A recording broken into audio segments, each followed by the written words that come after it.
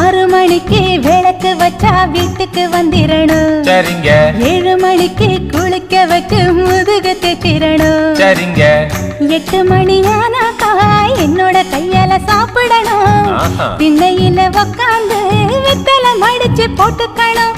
9 மணி அடிச்சா பாய் விரிச்சு கதவடைக்கணும். 10 மணிக்கு விளக்கடைச்சு பக்கத்துல வரணும். எங்க அப்பா 8 பட்டி ராசா கொஞ்சம் காத கொடுங்க லேசா.